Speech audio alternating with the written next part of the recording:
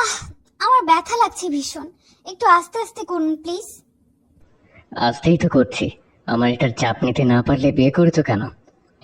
বিয়ে করার আগে কি আমি জানতাম নাকি আপনি এসব করবেন? উফ, ফেটে যাচ্ছে। আহ, এই অশিক্ষিত খ্যাত মেয়ে, একদম চুপ করে আদর খাও। একদম চিৎকার করবে না। বাসর ঘরে নববধূ রূপে সেজেগুজে বসে আছে অধরা। নিজের স্বামীর প্রতীক্ষায় এমন করে বসে থেকে যেন এক অদ্ভুত তৃপ্তি মিলে প্রতিটা নারীর। নির্দিষ্ট সময় পর বাসর ঘরে প্রবেশ করতেই নতুন বউকে দেখে চোখ মুখ কুঁচকে উঠল অয়নের। অধরার দিকে যেন একবারের পর দুবার তাকাতে ইচ্ছে হলো না তার। আর হবেই বা কেমন করে? একটা গেয় অশিক্ষিত খ্যাত মেয়েকে কি নিজের বুকে ঠাঁই দেওয়া যায় নাকি? নাকি এই খ্যাতের দিকে মুগ্ধ দৃষ্টিতে তাকানো যায়?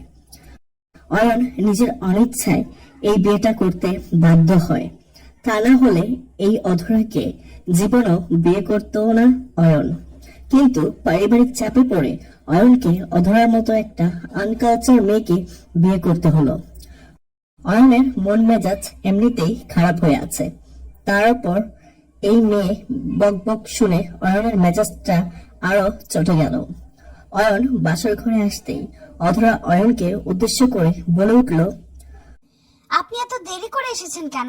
জানেন আমি সেই কখন থেকে আপনার জন্য অপেক্ষা করছি। কেন অপেক্ষা করছো? আমার জন্য অপেক্ষা করার কি আছে? ওমা, আপনি আমার স্বামী। আমি আপনার জন্য অপেক্ষা করব না তো কার জন্য অপেক্ষা করব? আর আপনি আমার সাথে এমন করে কথা বলছেন কেন? তো তোমার সাথে আমি কেমন করে কথা বলবো? আমার মাথা খারাপ করো না। আমার থেকে দূরত্ব বজায় রাখো। আমি আপনার থেকে দূরত্ব বজায় রাখবো কেন? আপনি আমার স্বামী। সব সময় আপনার সাথে থাকাটা আমার দায়িত্ব। এত দায়িত্ব পালন তোমাকে করতে হবে না। তাছাড়া আমি কখনো তোমাকে নিজের স্ত্রী হিসেবে মানতে পারবো না।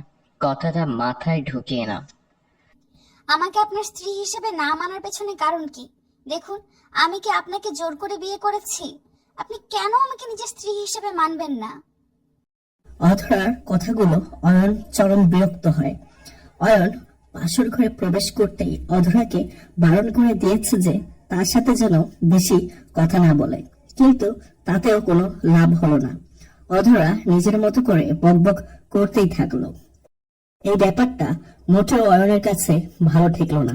অয়ন অধরাকে উদ্দেশ্য করে ভারী কণ্ঠে বলল, আমার কথাটা হয়তো কানে যায়নি তোমার। আমি তোমাকে চুপ করতে বলেছি। আমার সাথে তর্ক করবে না তুমি। আচ্ছা ঠিক আছে, কিন্তু আপনি একবার আমায় বলুন যে আমাকে আপনার পছন্দ হয়েছে, তাহলেই আমি চুপ হয়ে যাব। সত্যি বলছি। উফ, এমন একটা মাথা ব্যথা আমার কপালে জুটলো। হুম, আমার সাথে আপনার কথা বলতে না ইচ্ছা করলেও আপনি বলতে বাধ্য হবেন। তাই না? আচ্ছা ঠিক আছে, তুমি এখন চুপ হয়ে যাও। আমাকে আমার মতো করে থাকতে দাও প্লিজ।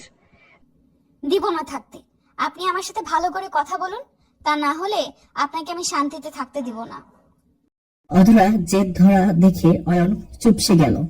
এই মেয়েটা যেই পরিমাণে কথা বলছে, এর কথা যদি আর এমন করেই চলতে থাকে তবে অয়নের পাগল হয়ে যেতে হবে। অয়ন নিজের মাথাকে ঠিক রাখতে গিয়ে অধরাকে উদ্দেশ্য করে শান্ত গলায় বলল, আচ্ছা ঠিক আছে, আমি তোমাকে নিজের স্ত্রী হিসেবে মেনে নিয়েছি। এবার তো শান্ত থাকবে তুমি।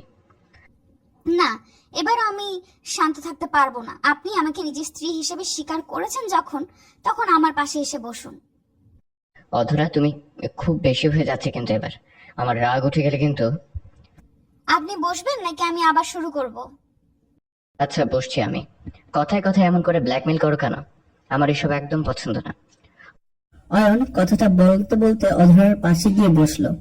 অয়ন অধরার পাশে গিয়ে বসতেই অধরা অয়নকে আলতো করে জড়িয়ে ধরলো। অধরা অয়নের বুকের উপর নিজের মাথাটা রেখে চোখ বন্ধ করে থাকলো। অধরার এমন আচমকা করা কাজে অয়ন খানিক চমকে গেল। অধরা যদি এমন করে আচরণ অয়নের সাথে করতে থাকে তবে তো অয়ন নিজেও অধরার প্রেমে পড়ে যাবে। অয়ন নিজের মাথাটা ঠান্ডা করার চেষ্টা করে অধরাকে উদ্দেশ্য করে বলল, অধরা, কি করছো তুমি? আমাকে এমন করতে জড়িয়ে ধরলে কেন? আপনাকে জড়িয়ে ধরেছি বলে কি হয়েছে? আমি আমার স্বামীকে সব সময় এমন করেই জড়িয়ে ধরবো। অধরা, এমন করলে কি চলে বলো? তুমি আমার কোনো কথাই কি শুনবে নাকি? না, শুনবো না। আমি আপনার বুকে মাথা রেখে শান্তি নিব। অধরার কথাটা শেষ করতেই অয়ন অদ্ভুতভাবে নিশ্চুপ হয়ে গেল। অয়নের সারা শরীরের মাঝে অদ্ভুত রকম আনন্দ বয়ে যেতে লাগলো। অয়নের হাত আচমকা অধরার পিঠের উপর উঠে গেল। অয়নের জীবনের প্রথম নারীর স্পর্শ পড়েছে তার শরীরে, তাও আবার নিজের বিয়ে করা স্ত্রী। নিজের ভিতর উন্মাদনা থাকে, এটাই স্বাভাবিক। অয়ন অধরার পিঠের উপর নিজের হাত রেখে আলতো করে হাত বুলিয়ে দিতেই অধরার চোখ মুখ বন্ধ হয়ে গেল। প্রবল শিহরণে অধরা কেঁপে উঠল ভীষণ। অধরার শরীরে এই কম্পন যেন অয়নের মধ্যে সৃষ্টি করল ব্যাপক উন্মাদনা। অয়ন অধরার সারা শরীরে হাত বুলিয়ে আদর করে দিতে লাগলো। অধরা অয়নের হাতের স্পর্শে পাগল হয়ে গিয়ে চোখ মুখ বন্ধ করে রাখলো। নিজের ভিতর এক অদ্ভুত ভালো লাগা কাজ করছে অধরার। অয়ন অধরাকে আরো কিছু সময় এমন করে আদর করার পর আলতো করে অধরাকে নিজের বুকের উপর থেকে সরিয়ে দিল। অয়ন অধরাকে নিজের বুকের উপর থেকে সরিয়ে দিয়ে অধরার ঠোঁটের দিকে গভীর চাউনিতে তাকালো। অয়ন অধরার ঠোঁটের দিকে তাকাতেই দেখতে পেল গোলাপি রঙের ঠোঁট জোড়া যেন অয়নকে প্রবলভাবে নিজের দিকে ডেকেছে। অয়ন অধরার ঠোঁটের দিক থেকে নিজের চোখ নামিয়ে নিল। অয়নের এখন এই ঠোঁটের স্বাদ নেওয়ার থেকে বেশি জরুরি হলো নিজেকে শান্ত করা।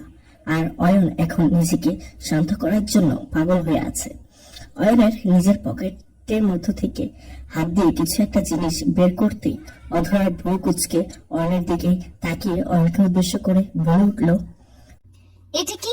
আপনি বাসর ঘরে বেলুন নিয়ে এসেছেন কেন? আহা, এটা বেলুন না, এটা হলো প্রোটেকশন। এটা দিয়ে কাজ করলে সমস্যা হবে না। মানে আপনি এসব কি কথা বলছেন? আমি এসব চাই না। আপনি এটাকে নিয়ে যান।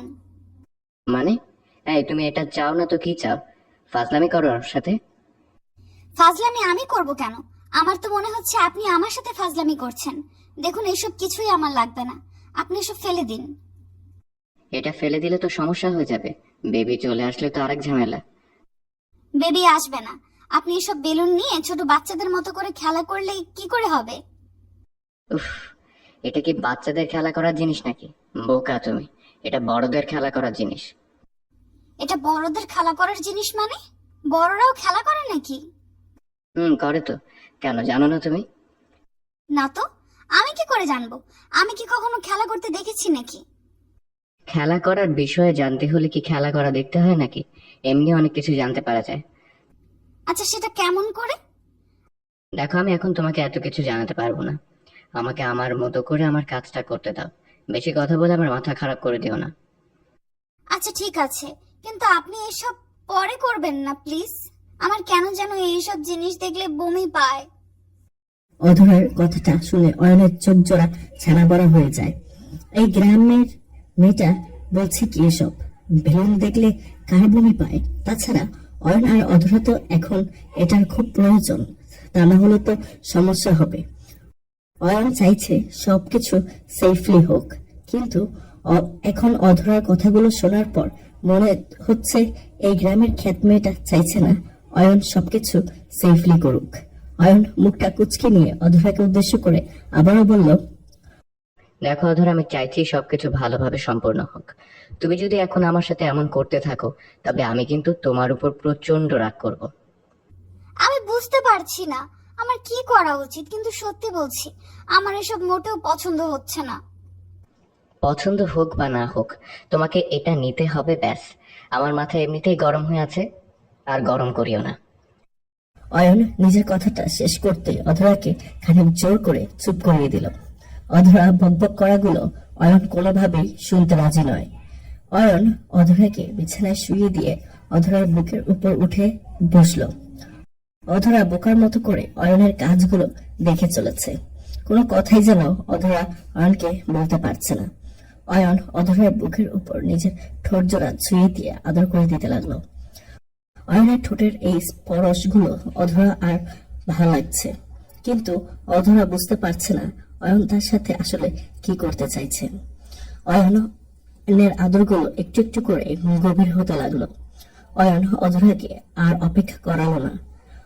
অয়ন নিজের ওটা অধরার ওখানে ঢোকাতে নিতেই অধরা চিৎকার করে উঠল। অধরার চিৎকার শুনে অয়ন অধরাকে উদ্দেশ্য করে বলে উঠল, আহ, আমার ব্যথা লাগছে ভীষণ, একটু আস্তে করুন না। আসতেই তো দিচ্ছি সোনা, ব্যথা লাগবে না আর। উফ, আপনি বলছেন ব্যথা লাগবে না, কিন্তু আমার ওখানটা তো ফেটে যাচ্ছে, আমি আর সহ্য করতে পারছি না। এখানে সহ্য না করার কি আছে? তুমি একটু শান্ত হয়ে শোক নাও। প্রথম প্রথম তো তাই একটু ব্যথা লাগছে আর কি, একটু পর সব ঠিক হয়ে যাবে। হুম, কিচ্ছু ঠিক হবে না, আমার খুব ব্যথা লাগছে। আপনার ওটা খুব মোটা, আমার অনেক কষ্ট হচ্ছে। আচ্ছা ঠিক আছে, ওয়েট, আমি একটু তেল লাগিয়ে নিই, তারপর চেষ্টা করছি। ব্যথা লাগবে না তোমার।